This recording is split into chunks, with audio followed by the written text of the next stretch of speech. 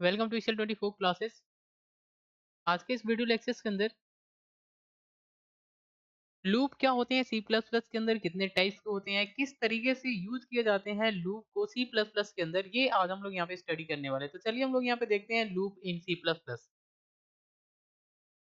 तो जब हम लोग बात करते हैं यहाँ पे लूपिंग की, तो लूपिंग स्टेटमेंट जो होती है सी प्लस प्लस के अंदर, ये हमारे तब यूज किए जाते हैं जब हमारे पास कुछ ऐसे कंडीशन आते हैं जहाँ पे हमको रिपीट करके किसी एक सेम टास्क को बार-बार मल्टीपल टाइम आपको प्रिंट करना है। तो रिपिटेटिव वाली जो टास्क आती है, तब हम लोग यहाँ पे इस सिचुएशन के अंदर लूप का यूज़ करते हैं। और यहाँ पे क्या होती है, लूप में एक कंडीशन दी जाती है। जब तक हमारी कंडीशन सैटिस्फाई होती है, तब तक हमारे एक ब्लॉक ऑफ कोड जो होता है रिपीट होता है और एग्जीक्यूट होता है। जब वो कंडीशन हमारा फॉल्स हो जाता है, तो हम लूप से बाहर चले जाते हैं। तो मतलब है क्या, हमारी जो लूप होती है वो हमारी एक कोड इंस्ट्रक्शन होता है जो यूज़ किए जाते हैं एक ब्लॉक ऑफ कोड को रिपीट करने के लिए, कब तक, जब तक हमारी कंडीशन सैटिस्फाई होती है। जब कंडीशन हमारी फॉल्स हो जाती है, तो हम लूप से बाहर चले जाते हैं। ठीक है?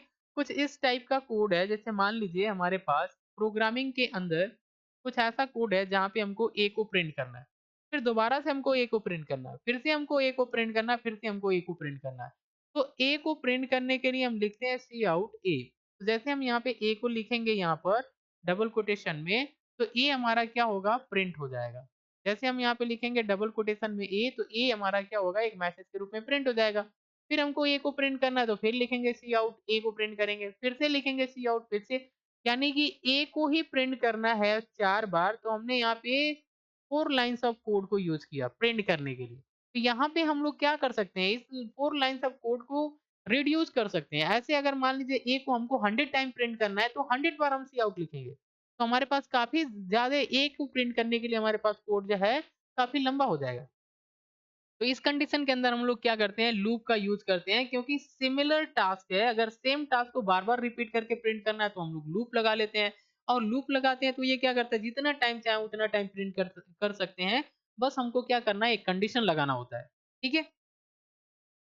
यहाँ पे जो लूप होती है हमारे सी प्लस प्लस के अंदर, वो 3 टाइप्स की होती है। एक हमारी होती है द व्हाइल लूप, एक होता है द फॉर लूप, और एक हमारा होता है डू व्हाइल लूप। तो ये 3 टाइप्स की लूपिंग स्टेटमेंट होती है। बेसिकली आपके किसी भी प्रोग्रामिंग लैंग्वेज के अंदर बात करें, या तो वो सी हो, सी प्लस प्लस हो, जावा हो, पाइथन हो, या कोई भी प्रोग्रामिंग लैंग्वेज हो, यहाँ पे हम लोग क्या करते हैं, ये 3 टाइप्स की आपकी लूपिंग स्टेटमेंट का यूज़ करके हम लोग ब्लॉक ऑफ कोड को रिपीट करके प्रिंट करते हैं।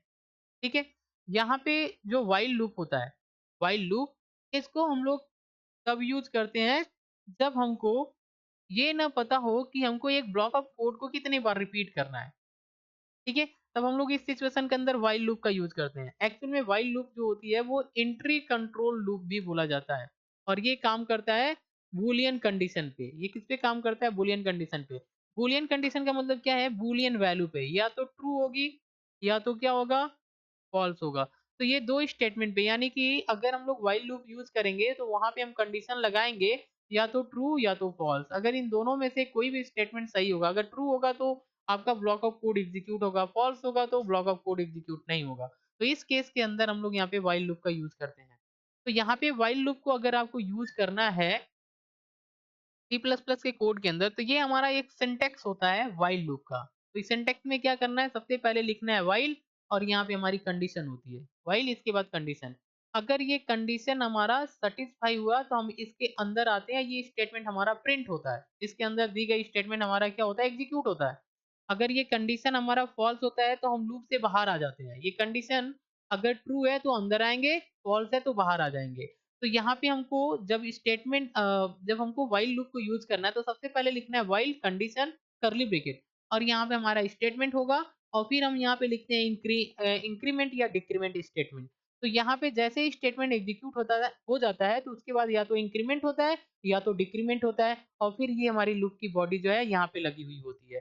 तो यहाँ पे कुछ इस टाइप का हमारा लूपिंग जो होता है वो काम करता है। अगर हम लोग बात करें यहाँ पे फ्लो चार्ट की मदद से देखें, तो हमारा कैसे चलता है, स्टार्ट, यहाँ पे हमारे पास क्या होती है, कंडीशन होती है, कंडीशन। अगर ये कंडीशन यस हुआ, मतलब ट्रू हुआ, तब हम क्या करेंगे, यहाँ पे हमारी स्टेटमेंट होगी, प्रिंट होगी। स्टेटमेंट हमारी प्रिंट होगी। इसके बाद हम लोग क्या करते हैं, यहाँ से जो लूप है ये वापस से यहाँ पे आ जाता है इंक्रीमेंट डिक्रीमेंट होने के बाद।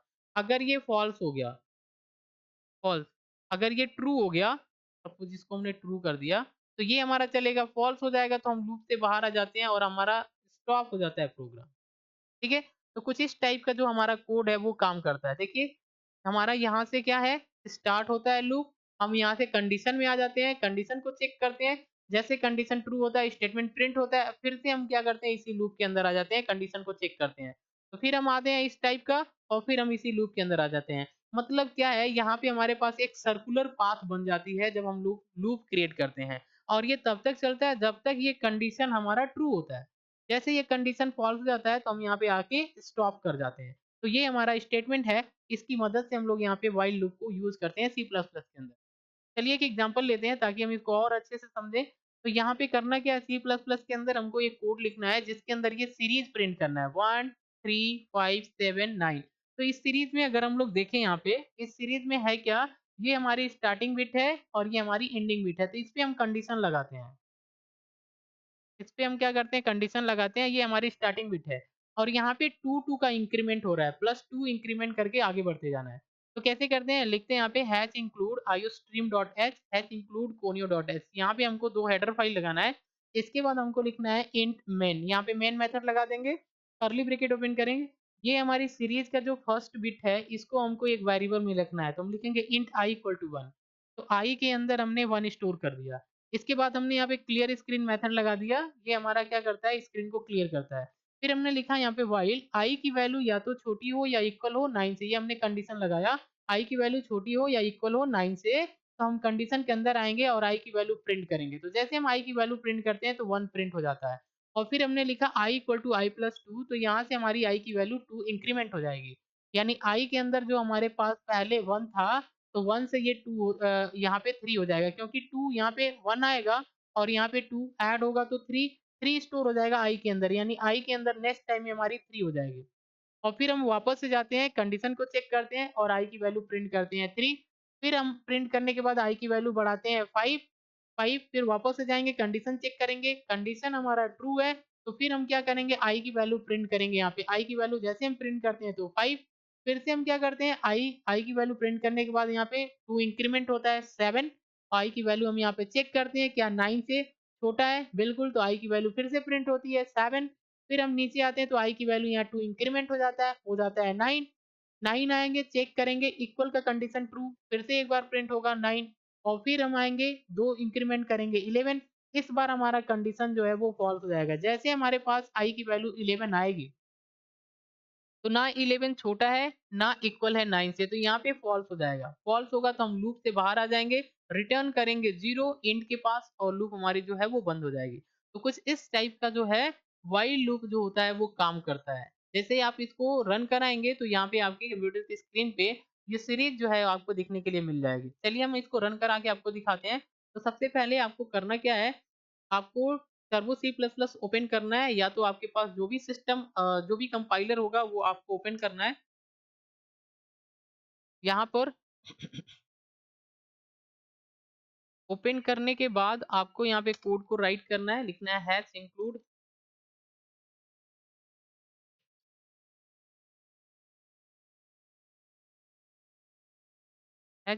Iostream dot H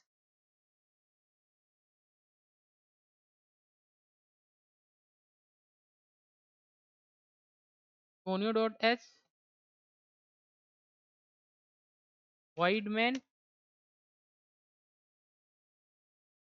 int i equal to 1, clear screen method use कर लेते हैं हम, लिखेंगे व्हाइल आई की वैल्यू छोटी हो या इक्वल हो 9 से, यहाँ तक हमको कंडीशन लगाना है। और फिर हम लिखेंगे यहाँ पे, कंडीशन के अंदर आएंगे, लिखेंगे सी आउट, और यहाँ पे हमको प्रिंट करना है आई की वैल्यू, और फिर हमको न्यू लाइन के लिए हम लोग यहाँ पे लिखेंगे /n सेमीकोलन। अब हमको क्या करना है, आई की वैल्यू बढ़ाना है, लिखेंगे आई प्लस 2, आई की वैल्यू बढ़ा देंगे, और फिर हम क्या करेंगे, यहाँ पे कर्ली ब्रैकेट को क्लोज करेंगे, लिखेंगे गेट सीएस, फिर हम यहाँ पे कर्ली ब्रैकेट लगा देंगे।